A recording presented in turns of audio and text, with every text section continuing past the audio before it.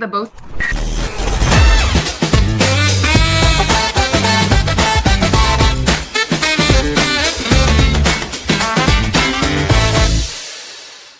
What's up, guys? Welcome back to Rise and Grind. This is the Northeastern edition. Yeah. The Northeastern edition. It's crazy. We our team got to the office to set up to film this morning, and our power was out. We are 1 block from the beach, so that makes total sense. Obviously, it's just like crazy over there right now. Emily sent us a video, and the video literally, like, she was swimming to her car. You could kayak to work if she really wanted to. Literally. Yeah. So a lot of floods happening right now in NJ. So definitely thinking about everybody else who's going through some floods. My parents' house is in a terrible flood zone. So they're kayaking over there as well. Oh my God. And yeah. But so that being said, we don't get our fancy production studio today, but we did just recently figure out that there are some sound effects on it. So we are pumped about that. Oh my gosh. I feel like anytime you have a new button or sound or something, you get so excited, and it brings me so much joy, honestly. I over abuse it. I do. I know. It's so everybody listening, I'm sorry now in advance. Yeah. It's your hype button, but virtually, basically. Facts. But we have to remember, if Sunday's for relaxation and the Lord, Monday's about making money, and let's move forward. Let's make some big moves. So I'll let you dive in first. I'm always diving in first here. All right. I'm going to start off with ways to leverage your email list for peak holiday season. This is a conversation we're having a lot right now with a lot of our clients and just some local business owners as well. And everyone has a huge email list. And even if you don't, maybe there's ways to build an email list, but not many people really do anything with it. And so if you're one of those people, you need to start sending out emails now to your audience. And the best thing to do is segment based on your list. So for example, let's say you have some customers who haven't purchased from you in the past few years, and you're really looking to get a new purchase from them. Maybe you want to offer them a loyalty discount because they've purchased from you in the past. Whereas new customers, maybe you're offering them something different. Abandoned cart emails. So many people do not have abandoned cart emails set up, and that's the number one way to get someone to purchase something from your store. Because think about it. How many times, John, do you go and add, well, maybe you not so much, but Jacqueline, I bet, does this, adds things to her cart. It sits there and then you just leave. It's like the fun of browsing around online, and then you just have an empty cart or a cart full of things that you don't actually go ahead and purchase. And you're saying like Jacqueline, if I go to, we have a shared Amazon, a family Amazon account. If I go into that cart, there's like 30 million things just sitting there. 100%. I think it's crazy. If you're going to buy something, buy it. If you're not going to buy it, just go search it again later. Why is it sitting in the cart for 2 years?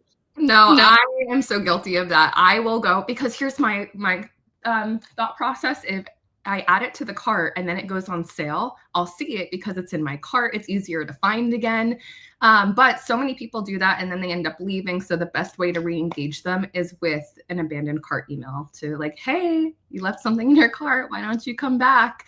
Megan's Confessions of a Shopaholic. Literally, I've purchased a lot of things that way where I'm like, oh yeah, I forgot that I had a cart full of things in Anthropologie. Like, I need to go back there. But that's one way to leverage your list. Another way, you have your email list, use it as a custom audience on Meta. You can send very specific ads out to your audience. Maybe you have customers who purchased a certain category from you or a certain product from you, and you have another product that's synergistic to that one that you want them to purchase. There's so many ways that you can use your email list as a custom audience on Meta for retargeting purposes as well. I feel like the name of the game right now is repetition across all channels. If someone can see your brand, your product, your service offering very consistently across Instagram, Facebook, TikTok, email, even if they're just browsing on search, if they're going to ChatGPT, especially right now, they're going to trust your brand more. They're going to purchase from you, and you're going to end up getting a new customer or a revived old customer. Right. Yeah. Love it. Ways to leverage your email list. And again, during the holiday season, this is the time to tap that list. Obviously, like you said, there's previous customers, like this is the time to do it of any time. And right now, for people who aren't already ready for Black Friday or like the holiday season, I literally went to the store the other day and there was Christmas stuff out. There's been Christmas stuff out already. So people are getting ready. They're geared up. So definitely leverage that list. Definitely. And again, like Cyber Monday's coming up, Black Friday, Small Business Saturday, I would push so much. So many people want to support small businesses. So you can put a discount out for that. Start putting it in people's heads now, because I feel like, again, confessions of a shopaholic, I'm making my list right now for things that I want to purchase, but I'm holding off because I know in a month there's going to be some really good deals. So I'm starting to build that list, and I'm sure I'm not the only one doing that. Yeah, it's just you. That's Meg, right? Am I right? That's correct. You're probably building a list too. Oh my gosh. All right. Do you want to talk about how experts will always have to? Yeah. So one of the things I just had a really good podcast recently with somebody in the traditional advertising space, Sean Greavy at 43 Oak, and we were just having a conversation how, like, everyone's like looking at where the future is going to be, what AI is going to do, like what roles experts are going to have in certain things. And at the end of the day, like, there's been plenty of times, like I think one of the best examples to use is like if you are going to court, technically anybody can defend themselves, right, in a court of law. But if you're trying to beat a charge, right, who are you going to make sure you have by your side, right? AI and ChatGPT can't go in the courtroom with you, right? So, it can prep you, can get you like, thinking about things, it can better your strategy, but it can't help you win that case. You need somebody who's been there, who's done it, and who has experience in winning cases, and that's who you want on your side. And with AI, it's the same thing. What you feed into, I'm just using an example since I'm home downstairs at my bar right now, is if this cup is let's just pretend it's AI. Anything you put in that cup is the result you're going to get, right? If you don't know what you're doing and you're just putting random shit in this cup, hey, I want make me social media content, make me blogs for my business, and you don't know keyword densities and you don't know how to say things or make me better ads, boom, boom, you're throwing stuff in your cup. At the end of the day, what you feed AI is the result you're going to get, right? And right now, obviously, AI is nowhere near where the AI experts are essentially saying it's going to be. We're not there yet. The creatives are still not there. The ad, is the ad, like and targeting. Yeah, it's just like still kind of janky. Yeah. So it's just not where everybody expected it to be just yet. Like Jeff Bezos, like I said 2 weeks ago, Jeff Bezos said we're like in an AI bubble right now, like the .com bubble. Like the hype is about to pop, but nonetheless, we all know that AI is going to keep getting better and better. Right now, it's not there yet. But the point is, like the person who is feeding the information and the questions and the prompting to the AI is going to be your results, right? So if you have somebody who's been doing what they're doing, like us as an example, for 17 years, and you're working on ads, you're working on graphics or design or brand, you're gonna get way better outcomes than you're gonna get from somebody random, like, or somebody doing it themselves. Because you don't know what questions to ask, you don't know what you don't know. Right. So at the end of the day, obviously, experts will always have to be the people who feed AI, whether it's just a prompt engineer, whether it's an attorney, whatever the hell it is in the future, an accountant. There's going to be, it's going to be interesting when we start to see. I remember I saw something a few months back about this guy who had an AI. He tried to make AI his attorney and brought it into court and was like, "Is that a robot talking?" And the guy got in trouble for trying to do that because you can't bring AI into a court of law, right? Those laws and all those things, like, all the things that were created and indoctrinated in the United States way back then by our founding fathers had nothing to do with like artificial intelligence or robots or anything like that. So in a court of law, you'll never be able, at least we'll see what changes, obviously, in the very future. But right now, based on the, our current doctrines that were created by our founding fathers, that is not going to be changed. It hasn't been changed now. We'll see if it does in the future.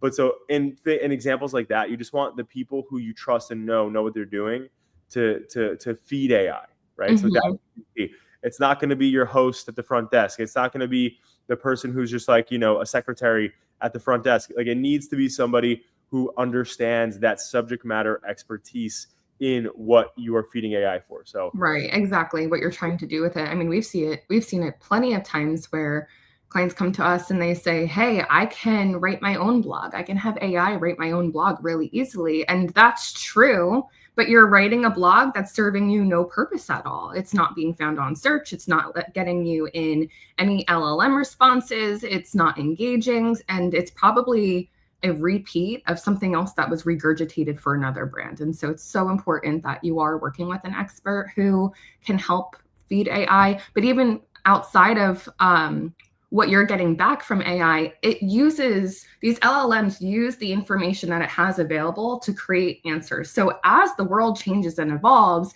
there needs to be real content. There needs to be news and updates and new studies to actually give these LLMs new information to give to the consumer as well. So there's always going to be, I think, a human element in copywriting, in writing articles, and any sort of content creation.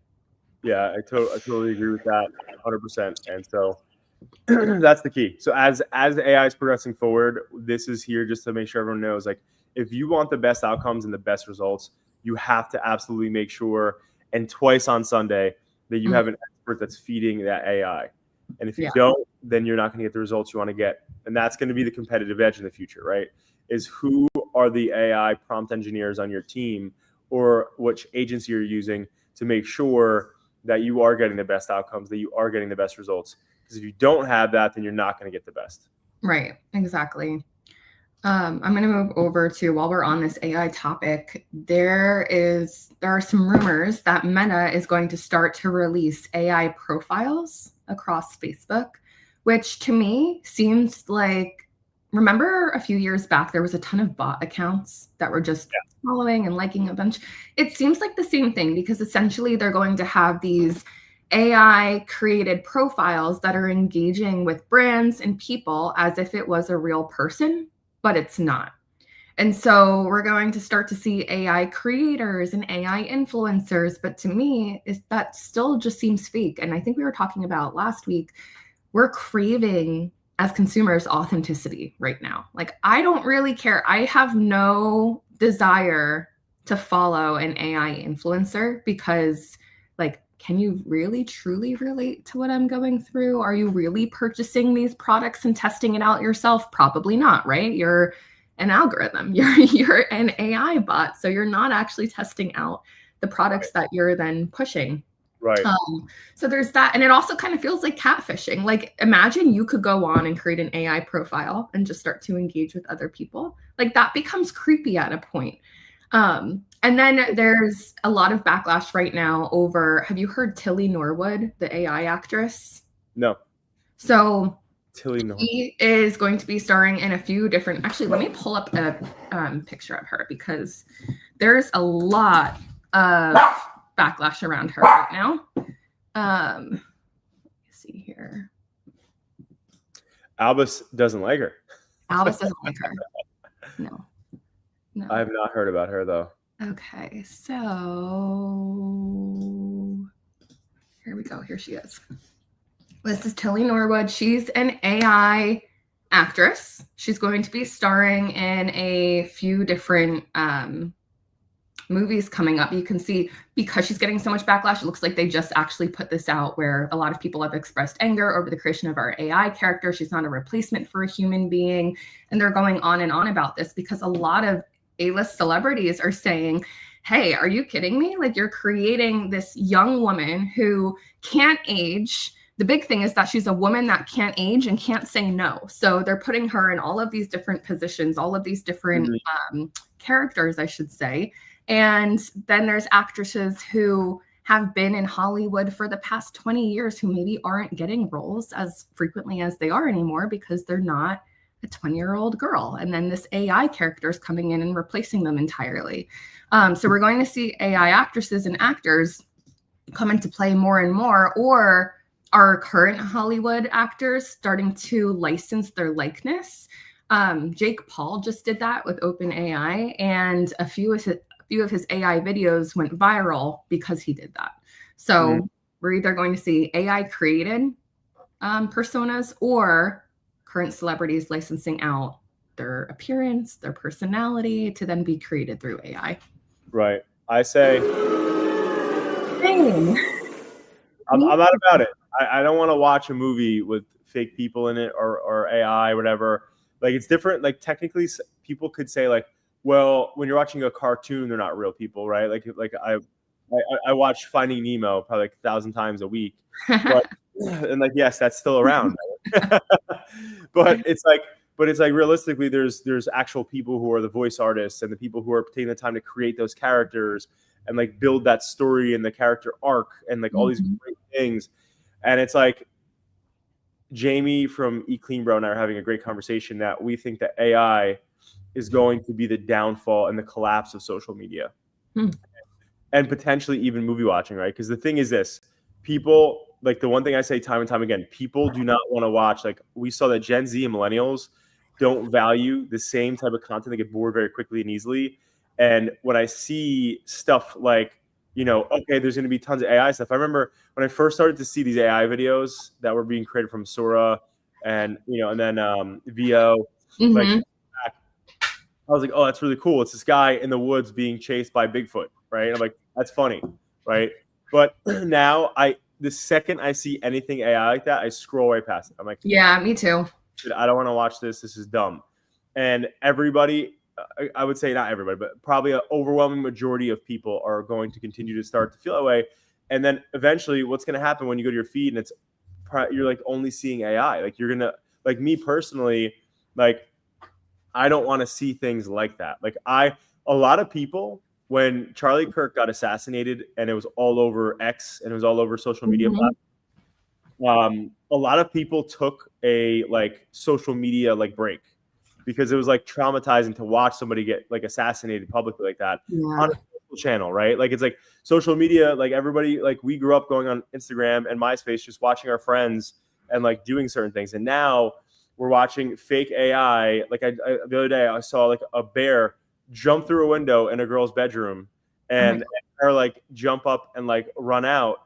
And I'm like, dude, this is so like, it was very well put together, but you could tell it was fake, just like how everything played out. And it's like, people don't want to see those things. So what is it going to lead to? Right. It's like, it's led to me personally, like not going on social media as often as I used to. Like my screen time since that whole Charlie Kirk assassination thing, for me personally, I was like, all right, I need to take a break myself. Yeah. Way down. Right. And then when you add the AI elements and all these different things to it, it's way down. And I don't want to be seeing things that are not like fueling like the brain and the mindset that I want. Right. And seeing random AI funny things and stupid things or all these crazy things that are happening on social media, you know, is not helping there. So I think ultimately Zuckerberg is somebody who moves lightning freaking fast, right? And I think he is going to see, and he sets the tone for every other platform. But like I think he is going to see that engagement and like people coming on the platforms is way down, and then have to make a change, right? Because ultimately people do not want to see AI characters. We don't care about AI characters. It's just ridiculous. Like who wants to see a made up person that has no work? Like those two things that people are upset about, which they don't age and whatever else, is one thing. Yeah. Like being like right now, we grew up like in the Brad Pitt of like this era is like this lady as an example, or I don't know who better, like the Jessica Biel is like this lady, right? And then when we're like in our 90s, she's still that young. And she's still that young. Yeah. That's why like it will never work. Like people don't like that. Like what? Yeah. Like, what I like though, the other day I saw Jessica Biel, and I'm like, damn, she's aging well, like a fucking wine. The Bielsters never doesn't look good. We all know this is a fact. She found the fountain of youth. But you can tell she's obviously getting a little bit older, right? And it's like, oh, it's you know, it's cool because like, you know, when we were all young and she was probably like, I don't know, like 10 years older than us, whatever, it's like she's kind of like always been right there. But it's like now you see she's kind of like in her older part of her career now doing different things. And it's like for AI, like it's like you're not gonna get that. So anyway, I could go on a rant all day long. But like I said, yeah, it's just not relatable because we as humans age. So like you want to see someone who does that as well. And Megan, you've been 22 for how long now? Yeah. I would love that, honestly. You're always 21 to me. Oh my gosh. All right. And then let's actually move over while we're talking about AI. Let's talk about the Spotify Zillow partnership. Yeah. So OpenAI is being very aggressive right now, obviously, and they're very focused right now on building enterprise partnerships. So we're seeing that AI has just struck some deals with Spotify and with Zillow. And so what does that mean? That means that you can be on freaking ChatGPT and be like, hey, I'm looking for a 3-bedroom or a 2-bedroom in, New York City or in, California or in LA and in Boulder, Colorado, wherever the hell, like, here's my price point, whatever else. And instead of you going onto Zillow, scrolling around, like you could literally just give it the details and it's going to go find you that. Right. Like pretty wild to think that, like, again, like now, like obviously they have the AI agent that can like book you reservations and do whatever. But now you can go and be like, hey, here's what I'm looking for. Here's and even for potential like real estate investors, hey, here's my investment. Here's how much I want to spend. Here's whatever. Boom, boom, boom. And it can do those things for you. And with music, which is interesting, I don't know how they're going to integrate it. My assumption is going to be like, hey, I'm feeling, like I want to hear or watch, this type of podcast or, what's a good podcast for this? And then it gives you all of the podcasts and you can listen to it, maybe whether it's in ChatGPT or whatever the hell. But point is that OpenAI is getting aggressive with, their stance on bringing in, on their position on bringing in enterprise level businesses like this. Mm-hmm. So it's going to be crazy when you see, because remember how we talked about a while back, how Elon Musk wants to make X what China, I forget what China's app is, but like China's version of all in one. Yeah. You're banking at it. Like people do their bank. Now you do your banking out of it. You do your social content out of it. Like you do everything in it. And that's what, Elon's trying to do. But the interesting thing is going to be like, is OpenAI going to be that? Is it in the future going to be a communication tool too? Is it going to be, hey, I can go on my bank and tell me how to best optimize my bank, or like tell me what I can do here, help me make more interest or whatever. Like it's just going to keep growing into our lives, and that's the key that you have to understand. So like right now, what this shows us is that OpenAI and AI is now bleeding into our music and our home search. So we'll see what's next, but obviously again, they're being very aggressive at getting more enterprises on board. That's so interesting. I can definitely see it being an all-in-one tool. My biggest concern would be privacy. Like think about how often platforms get hacked, and like there's people out there who can very easily hack into different websites or accounts and things of that sort. So that's my only hesitation and especially with ChatGPT, I haven't tried this, but like if you asked it, how can I hack into someone's, banking account through this app or this or that, like, will it tell you? But I feel like a lot of people are already using ChatGPT for everything in their life. Like you talk about like uploading your blood lab results to it, and people using it for legal advice and budgeting, finances. It's already being used for everything. So I can definitely see it taking that route. Totally. Yeah. Speaking of banks, I just think this is so interesting. Have you heard the price of gold? No. Right now, it's at an all-time high, a historical all-time high. It's $4,000 per ounce, which is crazy. I actually saw, I can't remember if I was watching TV. I think I was watching the news, and they were saying that Costco was selling like gold bars. And I was like, Costco sells gold bars? Like, that's so interesting. So I went down this rabbit hole, and for the first time ever, gold is at an all-time high. But in the past 5 years, it doubled. It was like 1,700 back in 2020. And then in 2000, just for shits and giggles, I was like, let's see, 25 years ago, how much an ounce of gold was.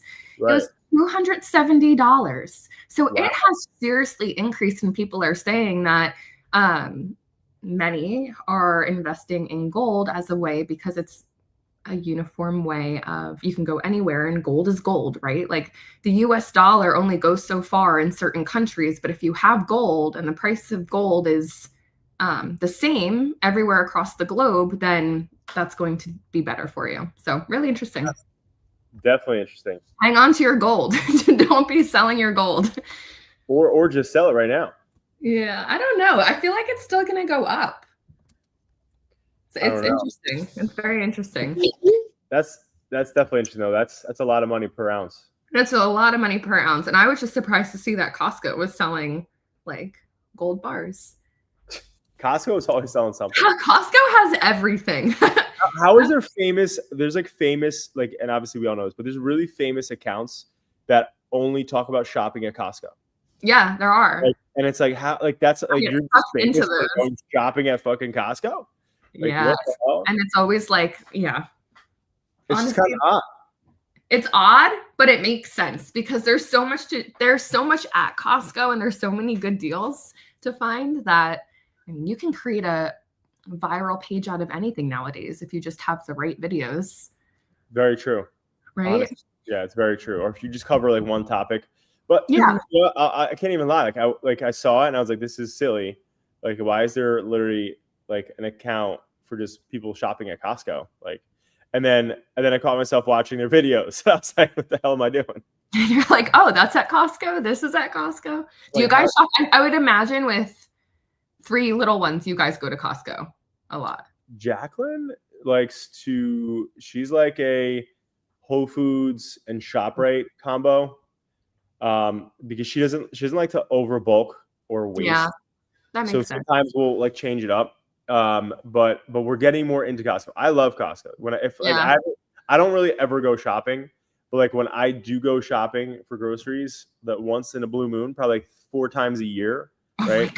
I love Costco. I just want to like run around. There's just so much. I want to buy stuff I don't need. It's just a crazy store. There is so much. Yeah. All right. I think we only have a few topics left. We'll talk about your Jets. I was going to end with that, but let's hit it now since we're here. You got a good mindset to end with that. I feel like at this point, the Jets are 0-6. I almost said 6-0, but that would be very wrong. The Jets are 0-6. I can't remember the last time we were this terrible. We've been terrible for a long time. I'm only saying this because right now we should start getting some sort of payment to be Jets fans still. Like I remember telling you this, but like when we had that contact that worked at the Jets and they were trying to sell us box seats, I went to box seats for Jets box seats for the season. It's like $250,000. Oh my right? gosh. Like to watch them lose every single game. Dollars, right? Jet season tickets aren't the cheapest either, right? Like, so it's like at the end of the day, when the team is this awful, right? Again, and listen, you know what? Jets fans, we don't like the Jets because they win, right? We like the Jets because we're loyal. Okay. That's the whole thing. But anyway, that's my thing. I just think right now, a lot of my Jets fan friends who are like ride or diers are real pissed right now. So I'm just throwing it out there to the Johnson and Johnson family on the Jets. I don't know if you knew that. Do they really? Sure do. And so they gotta kick some into gear here. Okay. Yeah. They gotta kick some into gear here because it's getting bad. It's getting bad. The fact that I was just surprised, not Jets related, but the fact that the Giants won, the Giants Eagles. Yeah, I know. Oh my gosh, what a comeback. But the Jets still suck. I'm like, we need at least one New York team is doing well. We'll take what we can get, I guess. Yeah. But all right. And your mindset. Yeah. So you know what? Listen, at the end of the day, like I was thinking about it, and you know, I was having a good conversation over the weekend with somebody who is like in my mastermind group, and we were just talking about how like when you're like right now, for the past like pretty much, I would say almost like a month and change, right? Like I haven't really drank and like, you know, been really disciplined, and the person that I was speaking to has been way longer than me.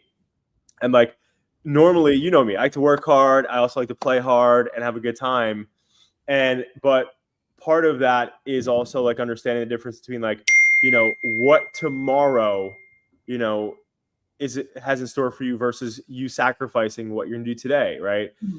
And there are so many times, whether it's like going to work out or like doing the extra work at the office, or you know, or focusing and actually meditating and like taking the time to meditate, right? Like there are so many things that when you think about discipline, it stops you from doing something in the moment that is typically pleasuring, right? Like, oh, I want to go out with my friends, but they're gonna go drink, so I don't really want to go out, right? Mm-hmm. It's like, but the next day you're gonna have a way better day, right? As an example. So my point though is like a lot of times we look at discipline or like doing the things we don't want to do that are uncomfortable as like, damn, that uncomfort makes me feel like I shouldn't do it because I don't want to do it. I want to go get that pleasure.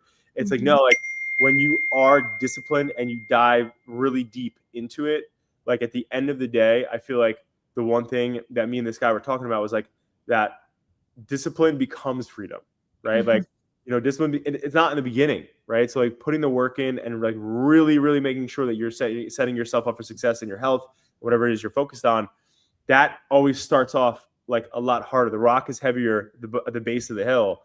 And at the end of the day, it's like, when you get to that point, it's like runner's high. Like you have, like people that I know that like have like real serious runner's high, I always think they're crazy people. I'm like, how in the hell do you like running, right? Because I hate running. But it's like eventually you get to a point where you break a barrier and then like you literally love running. And then you love, like you get this like fucking high from it. And you're like, you want to keep doing it, and it keeps them coming back. It keeps them running miles. And ultimately, you know, it puts them in better shape and better health. So get disciplined. I'm saying this because we're in Q4 right now, right? And that means that the year is almost over, people. So get your ass in gear. That's the point of what I'm trying to say here, is that we have a quarter left until this year, 2025, is over, which still blows my mind, by the way. Still blows my mind that the year is pretty much practically over and we have 1 quarter left. So get disciplined, get focused, and I hope you guys crush the rest of this year. All right. We'll see you next week. All right.